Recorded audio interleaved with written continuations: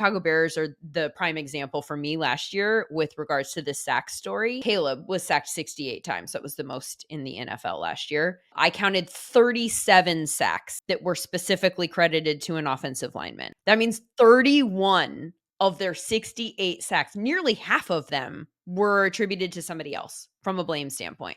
It's possible the players that were on the offensive line weren't really the problem, right? Totally, yeah. And so, I mean, obviously, offensive linemen are a part of the story of sacks. Not to say that O linemen are completely blameless, but Right. there's also so many other factors. This is actually a finding that we found repeated in the analytics community several times when people have looked into this. When you look at sack rate and you look at when a quarterback changes to a new team, that sack rate stat tends to follow the quarterback much more than it stays with that offensive line. And so that's a little bit of signal for us that when you're looking at teams season to season and looking for that stickiness, it isn't super sticky, especially on teams where the quarterback changes. It tends to be more sticky to the quarterback because quarterbacks are a lot responsible for that. The way that they hold on to the ball too long. Caleb Williams is an example of that at times. And so those are all of those factors that kind of muddy the water on sacks. And we don't want the big men to get all the blame for sacks. You know, occasionally it is kind of their fault. They might blow a block, but definitely want to take all that context into account